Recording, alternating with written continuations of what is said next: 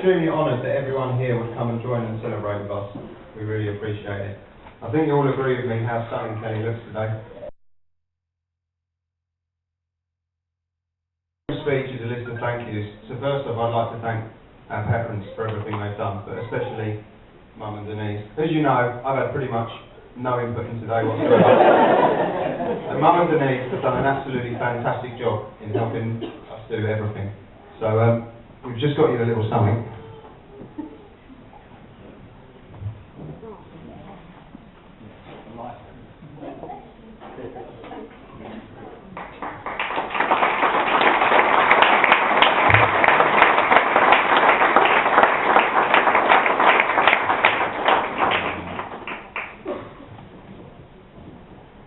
I'd also just like to thank Paula, Natalie, Molly and Jessica for being our bridesmaids.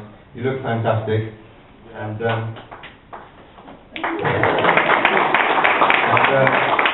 really thank you for helping Kelly through today, because I don't know if she could have done it without the four of you. So again, just to show our appreciation, we've also just got you a little something.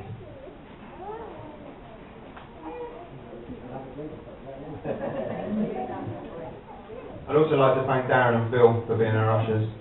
We really appreciate everything you've done. We also got you a little something, but I'll pass it to you in a bit. Now,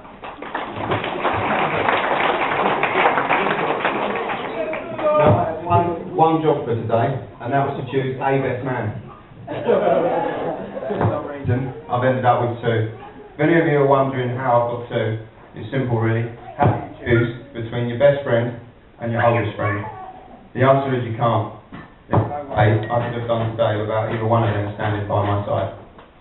So again, show what you mean to us. We've just got you a little something.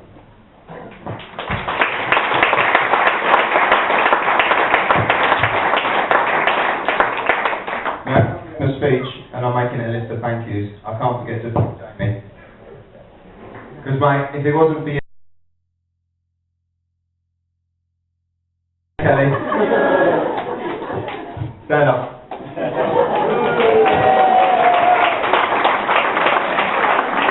Unfortunately, we didn't get you a gift.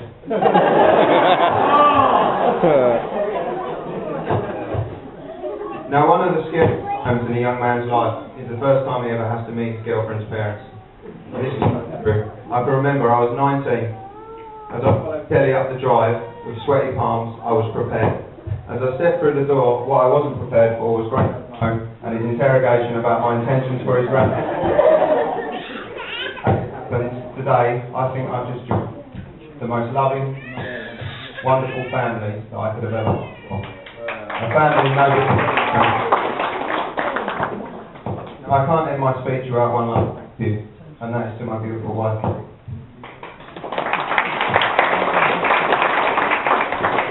Not just for agreeing to marry, but for becoming my best friend. We've known each other a long time. You are the most amazing person I've ever met. We have the most beautiful baby girl together, and I love you more than I can express. Thank you.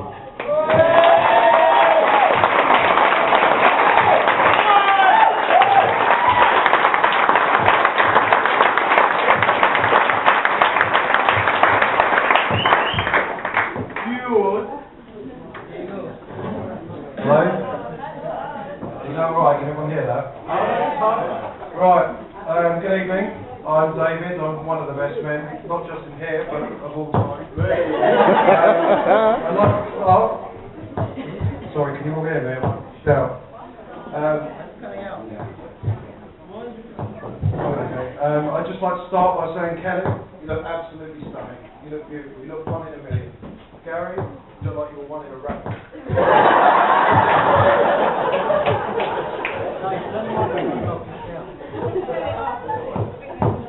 I'll see if it's back. I'll shout. Can you hear me in the back? Yeah. Right. I'd like to offer thanks to Gary and Kelly's parents for such a lovely day. Lee and I thought we'd do our part, and we would buy the time machine to ensure that Gary could back.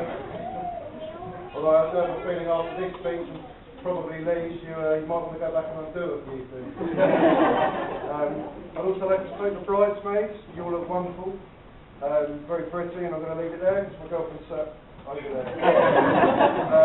I was overjoyed when Gary asked me to be his best man. I was panicked when I realised I was going to have to do a speech, but I did what any man would do, I consulted the internet. It was good 2 hours before, well, it was a good couple of minutes before I found some really good material, really top stuff, but it was a good 2 hours before I realised I was supposed to be writing a speech.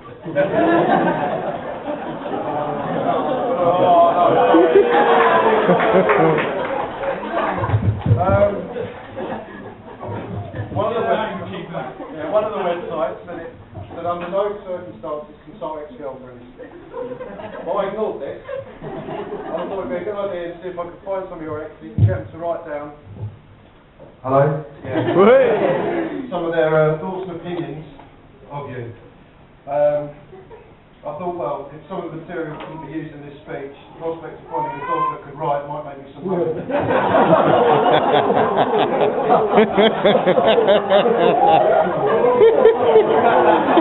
Stop it. Seriously though, I've known Gary literally all my life, and I can honestly say he's been a never-ending source of friendship, support, good humour and inspiration, and above all, cheap servicing. Growing up, we were interested in two things, cars and girls. When in our early teens, Gary decided he was going to dance, and I tried my best to grow a moustache. As long as I can remember, we would fantasise about the cars we'd own and the women we'd be with. But Gary usually gets there first, and I was so jealous when a couple of years ago, he introduced me to the love of his life. She's classically beautiful. She's of a modest age, she's utterly dependable, and in his words, she's got a brilliant body. It's just such a shame you can't buy parts from Mark Run Cavaliers.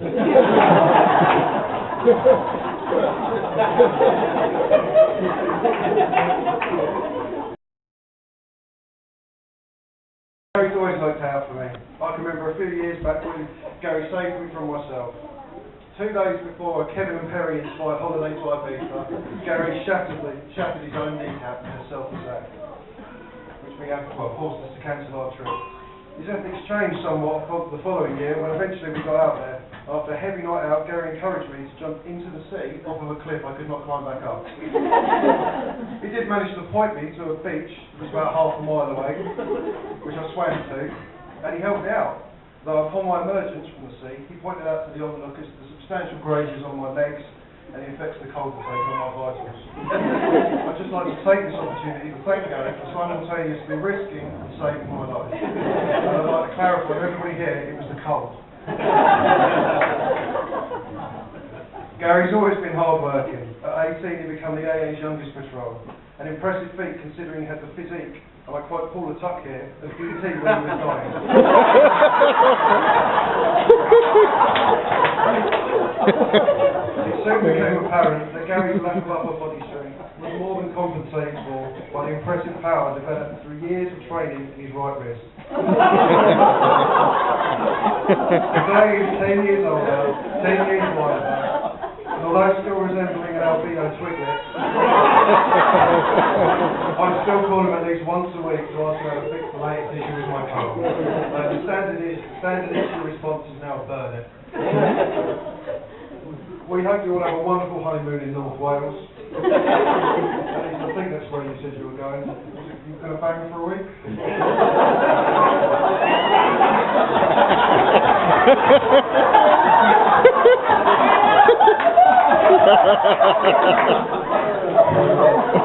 Sorry. To be truthful though, you've had some romantic moments, and I want you all to share one with us today. Kelly, can you put your hands on the table, please? Gary, can you please put your hands on top of hers? Right. I'd like to remember this moment, Gary. This is the only time you'll ever have the upper hand for the rest of the